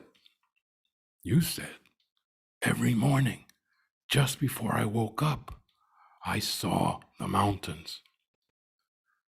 Every morning, I see the mountains. And Utuado, 3 sisters, all in their 70s, all bedridden, all Pentecostales who only left the house for church, lay sleeping on mattresses spread across the floor when the hurricane gutted the mountain, the way a butcher slices open a dangled pig, and a rolling wall of mud buried them, leaving the 4th sister to stagger into the street, screaming like an unheeded prophet about the end of the world. In Utuado, a man who cultivated a garden of aguacate and carambola, feeding the avocado and star fruit to his nieces from New York, so the trees in his garden be headed all at once like the soldiers of a beaten army, and so hanged himself. In Utuado, a welder and a handyman rigged a pulley with a shopping cart to ferry rice and beans across the river where the bridge collapsed, witnessed the cart swaying above so many hands, then raised the sign that told the helicopters, Campamento Los Olvidados, Camp of the Forgotten. Los Olvidados wait 7 hours in line for a government meal of Skittles and Vienna sausage, or a tarp to cover the bones of a house with no roof, as the fungus grows on their skin from sleeping on mattresses drenched with the spit of the hurricane. They drink the brown water, waiting for microscopic monsters in their bellies to visit plagues upon them. A nurse says, these people are going to have an epidemic. These people are going to die. The president flips rolls of paper towels to a crowd at a church in Guaynabo, Zeus lobbing thunderbolts on the locked ward of his delusions. Down the block, cousin Ricardo Bernice's boy says that somebody stole his can of diesel. I heard somebody ask you once if Puerto Rico needed to be free, and you said, 3 pulgadas de sangre en la calle. 3 inches of blood in the street. Now, 3 inches of mud flow through the streets of Utuado, and troops patrol the town as if guarding the vein of copper in the ground, as if a shovel digging graves in the backyard might strike the ore below, as if La Brigada swinging machetes to clear the road might remember the last uprising. I know you are not God. I have the proof. 7 pounds of ashes in a box on my bookshelf. Gods do not die. And yet I want you to be God again. Stride from the crowd to seize the president's arm before another roll of paper towels sails away. Thunder Spanish obscenities in his face. Banish him to a ruthless rainstorm in Utuado so he unravels one soaked sheet after another till there is nothing left but his cardboard heart. I promised myself I would stop talking to you. White box of gray grit. You were deaf even before you died. Hear my promise now. I will take you to the mountains where houses lost like ships at sea rise blue and yellow from the mud. I will open my hands. I will scatter your ashes. En Utuado. Muchas gracias. Thank you very much. Great narrative. Beautiful. Vaya, mi gente. Give it up one more time for our friend Martin Espada. So, the time is 9:12. We are past our stopping time, but I wanted to, with your indulgence, Martin, maybe answer 1 or 2 questions. It's okay. First of all, how are you feeling? Because the week has been wild, as I can attest, because I've kind of been there with you. How are you feeling? Yeah, I feel okay. I am, the nightmares have stopped. I was having these nightmares before the National Book Award ceremony, and I actually had this. I had this nightmare that I turned into a poem.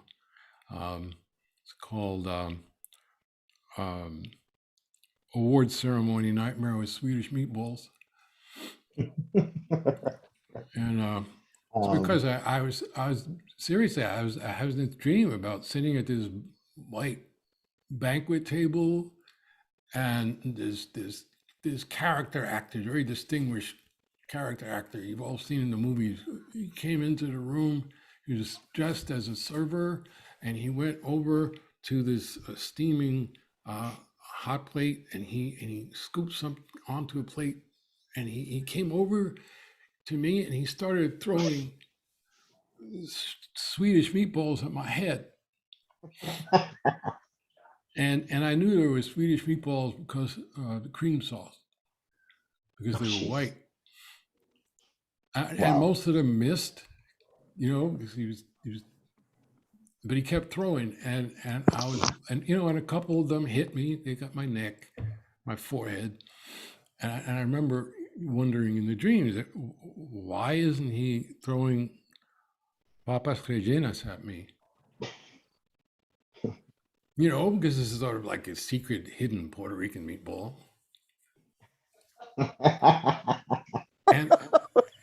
And this is the way my mind works. This is how it was going. I started laughing in my sleep, and I woke up, and my wife was staring at me as she so often does. And she said, "Why are you laughing in your sleep?" Wow. And I told her, and she said, "Mm-hmm," and she rolled over. it's not all that different from any other week, I guess. I But guess.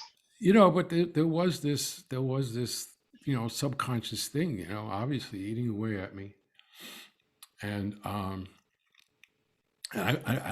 later on I figured out that the first National Book Award in poetry went to William Carlos Williams, who, and we now know, right? We all know his mother was born in Mayagüez. But he not too many people knew that until until recent years, especially after Julio Marzan published his book about William Carlos Williams. And then the next Puerto Rican poet to win the National Book Award was me. Wow. Yeah. 71 years later. So I think maybe I was feeling that. Yeah. And and it came out in this dream where this guy was throwing meatballs at me. Well, I didn't know that. That's an interesting, surreal sort of image. You talk about this history. William Carlos Williams' mother was born in Mayagüez, I think, in right around the time of Betances. So we are speaking, in a span of hundreds, 150 years. And what's interesting to me, just in sitting here and looking at the names on these, on the list that's next to you, and the people who said hello, and the people who have said their tributes, is the fact that you had a poem this evening for Luis Garden Acosta, and you speak of his mother, who appeared, if I'm not mistaken, in another poem of yours, which was "The Rebellion is the Circle of a Lover's Hands," and the guy who translated that into "Rebelión es el giro en las manos del amante" was Camilo Pérez Bustillo. And that book was published in 1990. Yeah. And so that speaks to two things. It speaks to the breadth of your career. It also speaks to these alive connections to history, whether you're talking about William Carlos Williams' mother, William Carlos Williams, Beijing y Nina, the Palm Sunday Massacre, or Luis Garden Acosta. Knowing all of this and having that in context, and seeing these accomplishments that you had in this, and this week is no different. What is the overall effect that these awards have in the larger breadth of history, and how do you feel? I guess I'm trying to formulate a question out of all of this. How do you feel, knowing all of that and having these awards, and how does that sort of feed into your position as a historian? If you believe the poet is a historian, and I think you do, how does that all play into it? Yeah. Well, I mean, first, and it's important to say this, that I have never read a book or not read a book because it had a sticker on the cover. Right. That wouldn't have worked out too well as I was coming up and trying to figure out who to read, because I was of the generation that that benefited from those who came before us, but was also a generation inventing the tradition at the same time, So there were those who preceded us. And I think, by the way, we should claim William Carlos Williams as a Boricua poet. We should read about him. We should read Julio Marzan's book. We should read Paul Mariani's excellent biography of William Carlos Williams, where he also talks about the Puerto Rican side of Williams. We should read Williams, especially the earlier poems. Great urban poet, great poet of the city, and we know all about that. But we should also be, connecting the dots the way you just did. You talk about uh, the mother of William Carlos Williams being born in Mayagüez. We have to then talk about Ramon Emeterio Betances, and we have to talk about the cholera epidemic that he confronted upon return from Paris, where he was educated, and the way he went about not only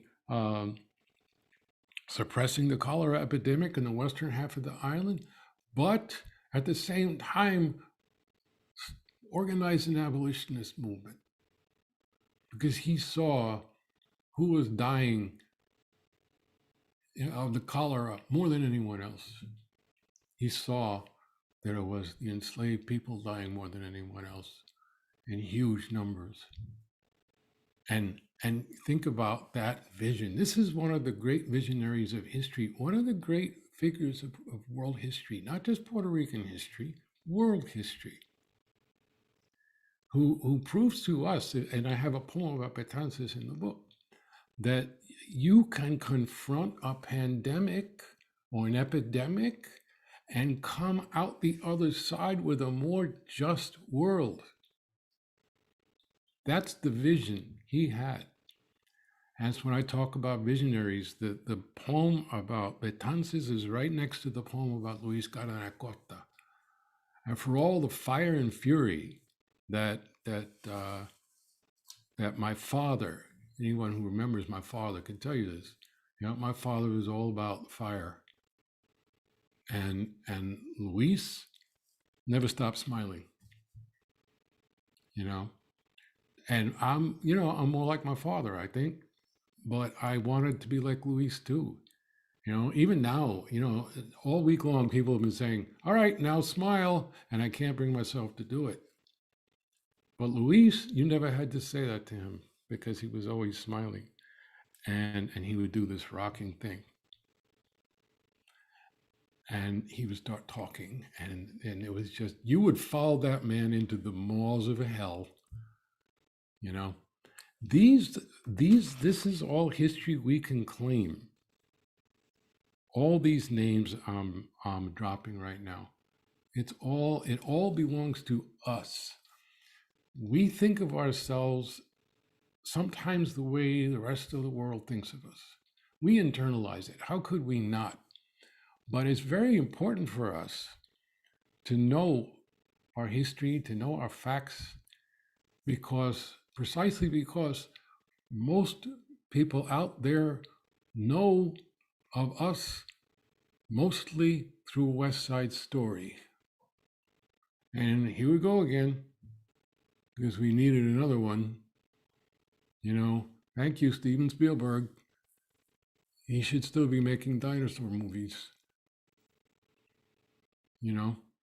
So we need to be, and we as poets have always carried this, and we as teachers have always carried this, is that we have to continue to educate ourselves as we educate others, but we have to do it as lyrically as possible. We have to move people. We have to change their minds and their hearts. If we don't do it, nobody else will. I agree entirely, and I wanna add something just about the title poem, because the other night I read it, and I really read it, meaning that I put a performance into it on Instagram live, unexpectedly and unprompted. And something occurred to me in that reading that that's a poem that has a lot of anger in it, and it's a lot of righteous anger, and it's a lot of anger that is justified at this insane institution that is making its way across the intelligentsia of the world, which is this, the reactionary right-wingerism, birtherism, call it what it is. It's insanity, right? And so I think more than any time in history, we need poets, and we need people who are, as you say, putting the blood back into the words, right?